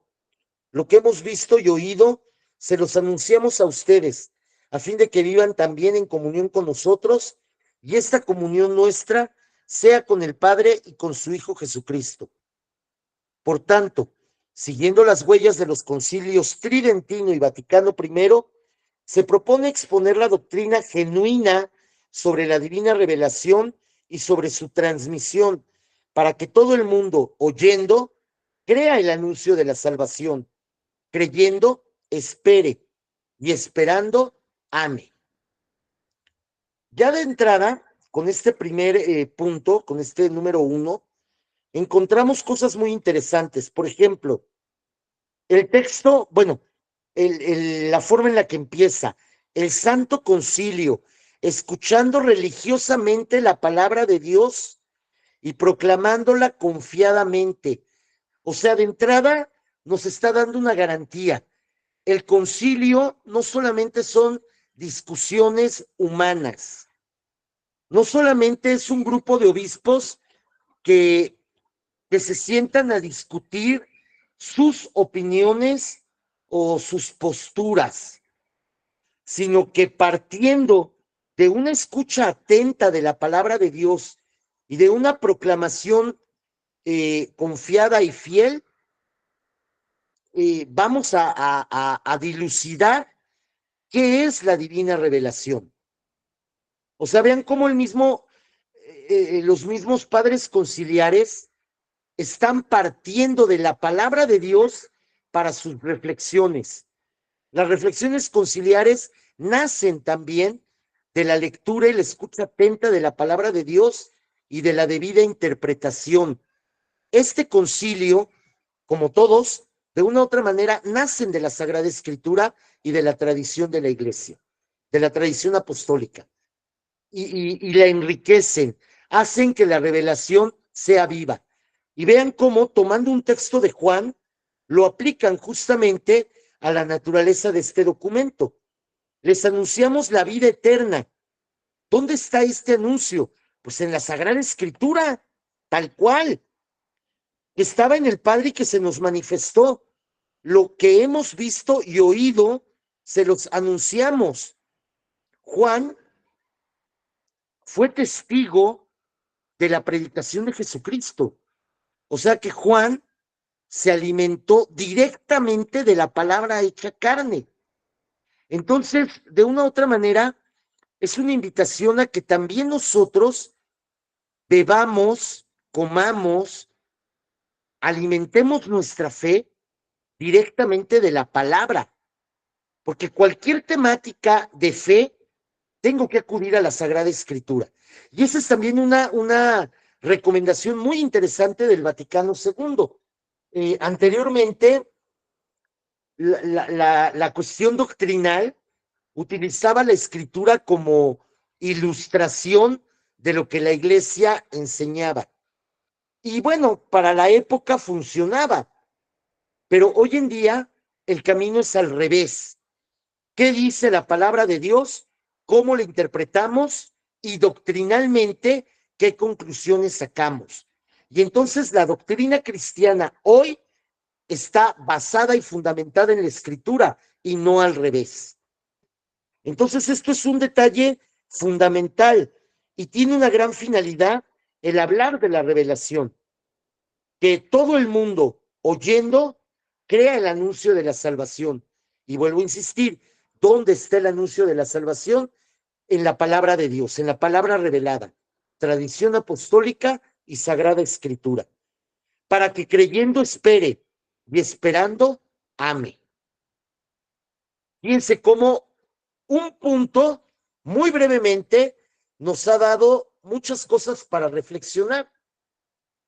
Ahora, si nos sentáramos con más calma a mirar con más profundidad lo que este primer punto está diciendo, hombre, podríamos dedicarle una clase, yo creo, sin exagerar, a este solo punto. A ver, con base en lo que hemos leído en este punto, comenten el punto. A ver, abran micrófono y comenten. No sean tímidos o tímidas. Empecemos a aplicar nuestros conocimientos, nuestra formación. Venga. Vamos, no tengan miedo. Lo peor que puede pasar es que te diga que eres un hereje y que te voy a mandar a la Inquisición. Es lo peor que puede pasar. Tú tranquila. A ver, Maribel. Mira, me gusta la última parte, con donde dice, con el anuncio de la salvación. Primero, parte de lo que es toda la Biblia, la salvación de nosotros, ¿no? Oyendo crea. Toda nuestra, la tradición era hablada, era transmitida de manera oral, y nosotros seguimos con esa misma parte, que abramos los oídos, y no nada más los oídos, el corazón y el entendimiento. Entonces, y creyendo, esperen. Nosotros estamos en espera de esa segunda llegada, y también el que nos llene cada día, y esperando esa palabra que nos haga cambiar. Y esto nos llevaría al amar. Entonces, es el saber, el conocer, el saber profundizar y llegar al actuar.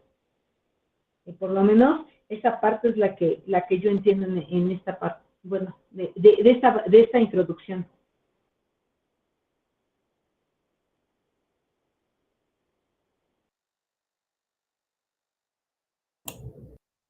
Tienes tu Poncho. Apagaste tu micrófono, Poncho. Ya no Perdón, se me olvidaba. Quito el micrófono para oír mejor. Y bueno, lo que le decía a Maribel es que qué bonito comentario ha hecho, porque está aplicando, está llevando a la práctica algo que acabamos de leer cuando hace esta comparación con el método que actualmente tenemos en la catequesis, ¿no? El ver, juzgar, actuar, el conocer, el profundizar y el llevarlo a la acción. Excelente, muy bien, gracias. Victoria Nava. Buenas noches. Pues más que aquí en este documento, a mí me llama mucho la atención es que el Santo Concilio es que escuchemos religiosamente la palabra de Dios, proclamándola confiadamente a la suya, la frase de San Juan. Aquí lo que quiero hacer es un poquito, un punto de vista que pues lo vivimos como catequistas. A veces pues vamos a misa y se distrae uno con cualquier cosa y no hacemos caso, el que nos está hablando es Dios, ¿verdad? En su palabra, y pues no la llevamos a cabo a veces como catequista. ¿Y cuál mensaje nos deja en ese momento a nosotros? Bueno, yo hablo por mí. Gracias. Muy bien, excelente, gracias Victoria. Me encanta este énfasis que pones en el escuchar. Qué importante es aprender a escuchar la palabra. También somos muy dados a leerla, pero sí, la palabra es para leerla, desde luego, pero más que leerla, aprender a escucharla, aprender a abrir el oído a ello, hacer silencio en mi persona para dejar que la palabra penetre a través de los sentidos, especialmente el del oído. Aprender a escuchar. Dios insiste mucho en la escucha. Escucha Israel, el Señor es nuestro Dios, ¿no? Escucha Israel. Oráculo del Señor, el Señor dice, el Señor habla. El mismo Jesús constantemente hace referencia al saber escuchar, justamente. Muy bien, gracias, Victoria. Norma. Sí, bueno, dos cosas. Una, la parte donde dice, a fin de que viváis también en comunión con nosotros, y esta comunión nuestra sea con el Padre y con su Hijo Jesucristo. Es esta invitación de los apóstoles a ser fiel, y algo que tú nos enseñabas desde el diplomado pasado, ¿sí? A custodiar el depósito de la iglesia, ¿no? Entonces, eso es algo que me gustó mucho, ¿no? Esa comunión, y va de la mano, ahora sí que hablabas de la parte del chisme, como pormenores, aquí revelan también como cositas que tuvieron que pasar, ¿no? Dice, por tanto, siguiendo las huellas de los concilios Tridentino y Vaticano primero, eso quiere decir que se tuvieron que echar otra vez su clavado a revisar y a desmenuzar los resultados de esos concilios, y otra vez, a la luz de la revelación de la palabra, fue como tuvieron que iniciar el trabajo. Tú ayer nos decías, pues la mayoría pensaba en, ay, pues ya nada más aventamos como que los mismos temas y sigámosle. pero yo creo que ellos mismos en ese momento de que dijeron, pues los mismos temas, ahí mismo se dieron cuenta que pues No era sí, lo- pero no era lo que se necesitaba, ¿no? Ahí descubrieron la nueva problemática. Entonces, digamos que también nos va dejando un poco de chismito, ¿no? Lo que tú decías ayer. Claro, claro, y esto es muy importante porque hablando de los chismecitos, por supuesto, una de las grandes controversias era que se pensaba que con estas ideas se estaba teniendo un rompimiento con la tradición de la iglesia. Y lo que están aclarando aquí es justamente lo contrario, porque siguiendo las huellas de esa tradición emanada de los concilios anteriores, de los dos últimos concilios, Tridentino y Vaticano I, está surgiendo en continuidad con ello una nueva propuesta, y que no es tan nueva al final de cuentas, es retomar algo que ya se estaba perdiendo. Entonces eso también es maravilloso, porque sí, como dices, nos deja ver un poquito el chisme. Claro, conciliar no es fácil. Por algo se llaman concilios. Parten de una problemática, y una problemática siempre genera polémica. Y para resolver la polémica hay que conciliar. Decía un santo sacerdote, bueno, no sé qué tan santo, mejor me callo la boca, pero decía pues un presbítero, es que no hay que hacer conflicto. No, espérate. Claro que hay que hacer conflicto, porque el conflicto nos hace crecer, el conflicto nos obliga a buscar la verdad. Y si esa verdad en la iglesia va de acuerdo con la palabra, mejor. Y el conflicto es el que nos va a ayudar, nos va a obligar a eso, a buscar una solución desde la fe, desde la palabra, desde la escucha atenta de la revelación. Eso es fundamental. En otra ocasión discutía con otro padre, ¿no? Que decía, es que yo había hablado con una catequista, me acuerdo que seguía el método de corrección del evangelio, y una vez hablé con una catequista y le dije, a ver, estás mal en esto y tienes que corregir esto. Lo hablé personalmente, no me peló, no me hizo caso, busqué un testigo. A ver, vamos a sentarnos y mira, traigo a esta persona porque vengo junto con ella a decirte lo mismo. Cuida esto, cambia aquello, muévete por acá. No hizo caso. Ok, a ver, delante de las catequistas. A ver, fulanita, ya te hemos pedido que muevas esto y que cambies aquello. Ah, no haces caso.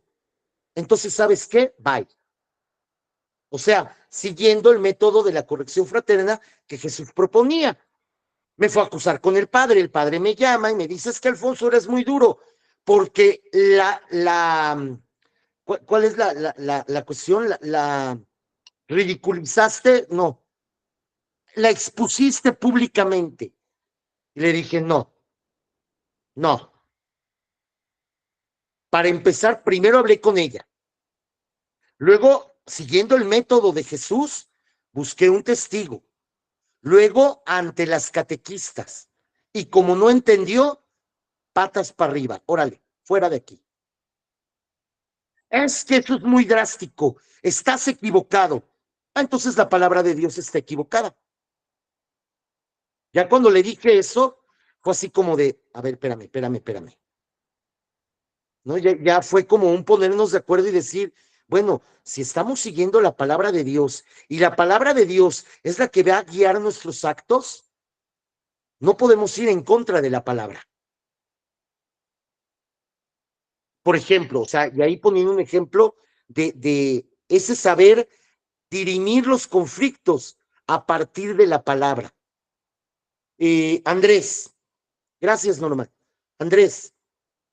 Sí, bueno, yo nada más ahorita me quedo de aquí, esta parte de lo que dice Juan, lo que hemos visto y oído se los anunciamos a ustedes a fin de que vivan también en comunión con nosotros.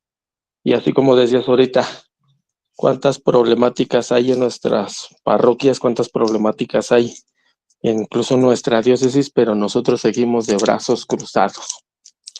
Entonces, igual así como ahorita decías que necesitan un maestro de Biblia, ahorita como que eso fue lo que más, no sé, yo creo que recordando a esa gran maestra María Elena, yo creo que es lo mismo que hubiera dicho, ¿y qué esperan? O sea, que no les enseñé, que no les dije, van. Entonces, con esas palabras de Juan, yo creo que sí, hay que hacer algo ahí. Y partiendo de lo que estás compartiendo, Andrés, ¿cuántos problemas resolveríamos fácilmente si miráramos la palabra y fuéramos fieles a la palabra? Simplemente, Sí, no, o sea, no tendríamos como que esas problemáticas que tenemos ahorita. exactamente, exactamente. Carmen, gracias. Carmen.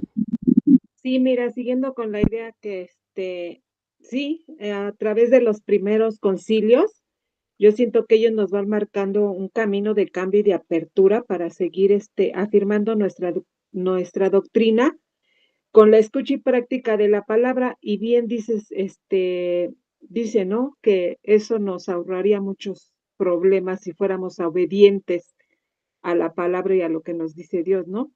Yo creo que con eso hasta limaríamos asperezas en todo este contexto de nuestra catequesis o de todo lo que conlleva ser iglesia.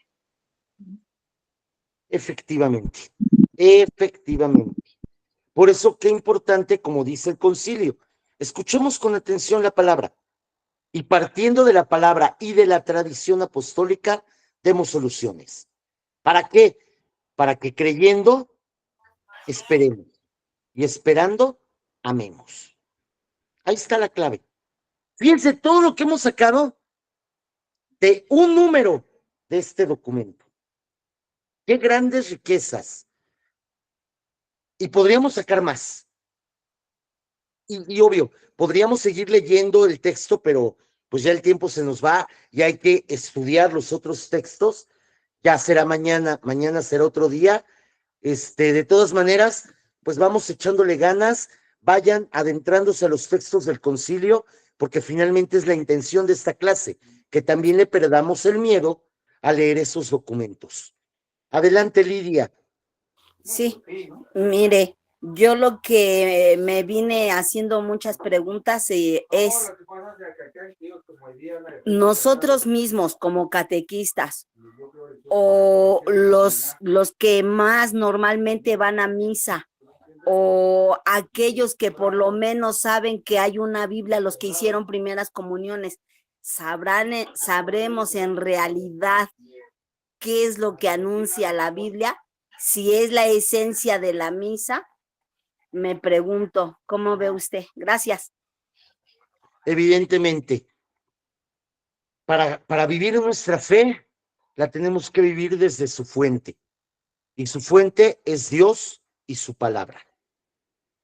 Con eso.